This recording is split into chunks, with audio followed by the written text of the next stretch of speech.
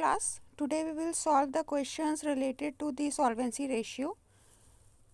Children, today's question is question number 27. Let's start with question number 27. Okay. So in question 27 you have to calculate the debt equity ratio. सबसे पहले एक बार आपको वापस से remind करना है कि डेट इक्विटी रेशियो का फॉर्मूला क्या होता है। डेप्ट इक्विटी रेशियो का फॉर्मूला होता है डेप्ट अपॉन इक्विटी, जिसमें से डेप्ट हमारी लॉन्ग टर्म बोरोइंग्स होती हैं। ठीक है, तो आपकी जितनी भी लॉन्ग टर्म बोरोइंग्स आपको इस क्वेश्चन के अंदर अगर पहले दिख रही हैं तो एक बार आप खुद से समझने की कोशिश करेंगे कि यहाँ पर आपको कौन कौन सी लॉन्ग टर्म बोरोइंग्स दी है। देखिए यहाँ पर साफ साफ लिखा है लॉन्ग टर्म बोरोइंग्स, तो पहला आपको ये दिया है, और प्रोविजन आपको दिया हुआ है। तो provision is also a type of liability. ठीक है, बेनिफिट्स के लिए जो कि है आपका, तो ये लॉन्ग टर्म आपका प्रोविजन हो जाएगा जो कि आपका 60,000 का है। तो यहाँ पर हमको डेप्ट दो दिए हैं, long term borrowings and provision for employ benefit. इसको आप कंसीडर करेंगे अपने डेप्ट के अंदर। ठीक है, साथ में आप वीडियो को पॉज करके हमेशा जब भी आप अकाउंट्स पढ़ने बैठे हैं तो अपने साथ में कॉपी पेन ज़रूर लेकर के बैठें।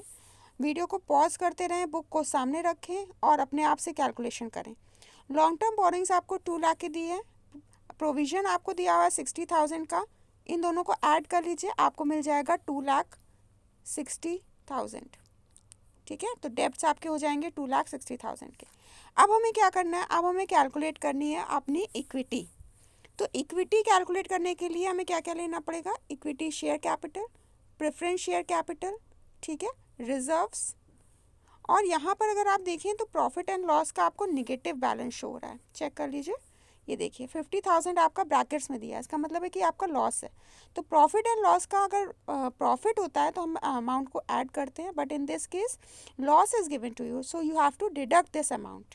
तो आप क्या करेंगे, आप 3 लाख में, ठीक है, आप 3 लाख में ऐड करेंगे कितना, 50,000 आप ऐड कर लीजिए प्रेफरेंस शेयर कैपिटल का। ठीक है, और 1,60,000 आप ऐड कर लीजिए, ये आपका रिजर्व दिया हुआ है, और उसमें से आप माइनस कर लीजिए 50,000 को, क्योंकि ये आपको ब्रैकेट्स में ये आपका लॉस इंडिकेट कर रहा है। ये जब आप करेंगे तो आपको आपकी इक्विटी मिल जाएगी। ठीक है, आपकी इक्विटी आनी चाहिए 4,60,000 की। अब आपको क्या करना है, आपका अमाउंट कैलकुलेट हो गया है, सिंपली आपको इसको फॉर्मूले में पुट करना है। तो डेप्ट इक्विटी रेशियो, डेप्ट्स आपके कितने आए थे 2,60,000 के, और इक्विटी आपकी कितनी आई है, इक्विटी आपकी आई है 4,60,000 की। ठीक है, तो 2,60,000 divided by 4,60,000 you will get the answer. आप आंसर यहाँ पर चेक कर सकते हैं। अगर आपको 0.57:1 मिल रहा है तो इसका मतलब है your answer is correct. Okay, now let's move towards the next question. Children, let's do question number 29. Okay, question number 29 में आपको क्या बोला गया है कि आपको कैलकुलेट करना है ratios indicating the long term and short term financial position of the company. तो लॉन्ग टर्म की फाइनेंशियल पोजीशन को कैलकुलेट करने के लिए हम क्या करते हैं, हम डेप्ट इक्विटी रेशियो कैलकुलेट करते हैं, और शॉर्ट टर्म फाइनेंशियल पोजीशन को कैलकुलेट करने के लिए आपको क्या करना पड़ेगा, आपको करंट रेशियो कैलकुलेट करना पड़ेगा। करंट रेशियो या फिर क्विक रेशियो, दोनों में से आप कोई भी कर सकते हैं, लेकिन बेसिकली जब आपसे कहा जाए कि आपको इंडिकेट ना हो तो आप करंट रेशियो को ही कैलकुलेट करें। एक बार दोनों के फॉर्मूले आप अपने आप से रिकॉल कर सकते हैं। डेप्ट इक्विटी रेशियो का फॉर्मूला क्या था, डेप्ट अपॉन इक्विटी। ठीक है, और शॉर्ट टर्म फाइनेंशियल पोजीशन में आपको करंट रेशियो कैलकुलेट करना है। तो करंट रेशियो का फॉर्मूला क्या होता है, current assets upon current liabilities. ठीक है, तो सबसे पहले डेप्ट इक्विटी रेशियो से कैलकुलेट करते हैं। एक बार आपको फिर से वीडियो को पॉज करना है एंड अपने आप से जो है फाइंड आउट करना है कि what are given in the debts. Debts में आपको लॉन्ग टर्म बोरोइंग्स कौन कौन सी दिख रही हैं। ठीक है, तो यहाँ पर अगर आप देखें तो आपको एक तो मुझे दिख रहा है जैसे कि लॉन्ग टर्म लोन, ठीक है, और एक मुझे दिख रहा है पब्लिक डिपॉजिट। पब्लिक डिपॉजिट भी हमारा एक टाइप का डेब्ट है, क्योंकि हम पब्लिक से पैसे ले रहे हैं, पब्लिक डिपॉजिट कर रहे हैं हमारे यहाँ। ठीक है, तो ये दोनों आपके क्या हो गए, ये दोनों आपके हो गए डेब्ट्स। ओके, अब हमें क्या कैलकुलेट करना है, अब हमें फाइंड आउट करनी है अपनी इक्विटी। तो इक्विटी में आप चेक करिए, इक्विटी में आपको क्या क्या दिया हुआ है, एक बार आप खुद से देख करके रखेंगे इसको। Equity share capital, reserve and surplus, ठीक है। अब रिजर्व एंड सरप्लस दिया हुआ है, तो अगर आपको नीचे दिया है जनरल रिजर्व, तो एक बात का आपको ध्यान रखना है कि जब रिजर्व दिया है, एक रिजर्व एंड सरप्लस नाम का हेड बना है, इट मीन्स कि जनरल रिजर्व उसी रिजर्व एंड सरप्लस में इंक्लूडेड है। आ रही है बात समझ में? ये रिजर्व एंड सरप्लस में ही इंक्लूडेड है जनरल रिजर्व आपका। तो अब आपको जनरल रिजर्व को कंसीडर करने की ज़रूरत नहीं पड़ेगी, इसको आप नहीं लेंगे इक्विटी में, ठीक है। और चेक कर लीजिए, और आपको कुछ दिया है तो और कुछ भी हमको यहाँ पर नहीं दिया है, ठीक है। तो सिंपली हमें दो चीज़ें ऐड करनी है, 10 लाख 15 लाख। तो आपकी इक्विटी कितने की आ जाएंगी? आपकी इक्विटी आ जाएंगी 25 लाख की। और आपके डेब्ट्स कितने के आएंगे? कैलकुलेट कर लीजिए। तो डेब्ट्स आपके आएंगे 50 लाख के।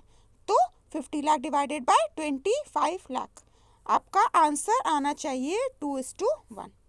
ओके, एक बार अपने आप कैलकुलेट करेंगे इसको। और उसके बाद में आपसे क्या बोला गया? करंट रेशियो आपको कैलकुलेट करना है। तो यहाँ पर तो कोई भी मुश्किल नहीं है, करंट एसेट्स भी आपको डायरेक्टली दिए, करंट लायबिलिटीज़ भी आपको डायरेक्टली दिए, दोनों को डिवाइड कर लीजिए, you will get the answer 1.6:1।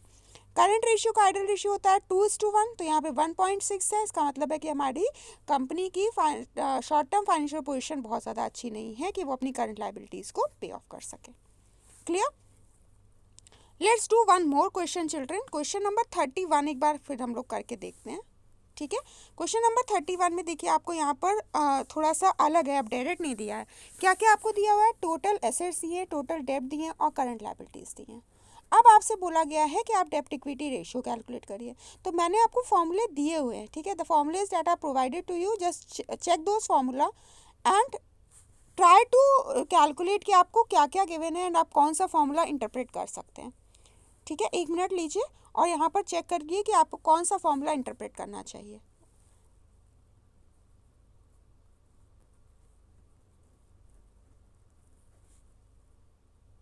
Total डेब्ट माइनस करंट लायबिलिटी अगर हम लगा दें तो यहाँ पर ये फॉर्मूला हमारा चल जाएगा। तो हमको टोटल डेब्ट्स भी दिए हुए हैं और हमें करंट लायबिलिटीज़ भी दी हैं। टोटल डेब्ट्स आपको 1,50,000 के दिए हुए हैं, ठीक है। और आपको करंट लायबिलिटी कितने की दी है? 30,000 की। तो 1,50,000 में आप 30,000 डिडक्ट कर लीजिए, आपको डेब्ट कितने के मिल गए? 1,20,000 के आपको डेब्ट मिल गए। अब आपको क्या चाहिए? अब आपको चाहिए इक्विटी, मतलब आपको शेयर होल्डर फंड निकालना है। तो शेयर होल्डर फंड के लिए फिर से आप एक बार वापस अपने फॉर्मूले में चेक करिए, आप कौन सा फॉर्मूला इंटरप्रेट कर सकते हैं, ठीक है। तो उसके लिए आपको एक फॉर्मूला मिला, मैंने दिया हुआ था। कौन सा फॉर्मूला था वो?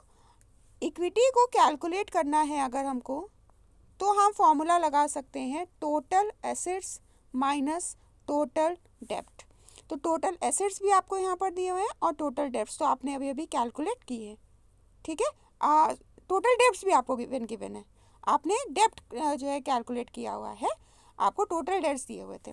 तो यहाँ पर टोटल एसेट्स कितने हैं आपके? 2,30,000 के दिए हुए हैं, और उसमें से आप माइनस कर लीजिए टोटल डेब्ट्स को, 1,50,000। सिंपल आपको फॉर्मूले चिल्ड्रन याद रखने हैं। अगर आपको फॉर्मूले याद है, आप इंटरप्रेट कर पा रहे हैं कि कौन सा फॉर्मूला किस क्वेश्चन में हमको लगाना है, then you will be able to do this questions, okay. अब आपको मैं 2 क्वेश्चन होमवर्क में दे रही हूँ। क्वेश्चन नंबर 1 तो आप करिएगा 28, ओके।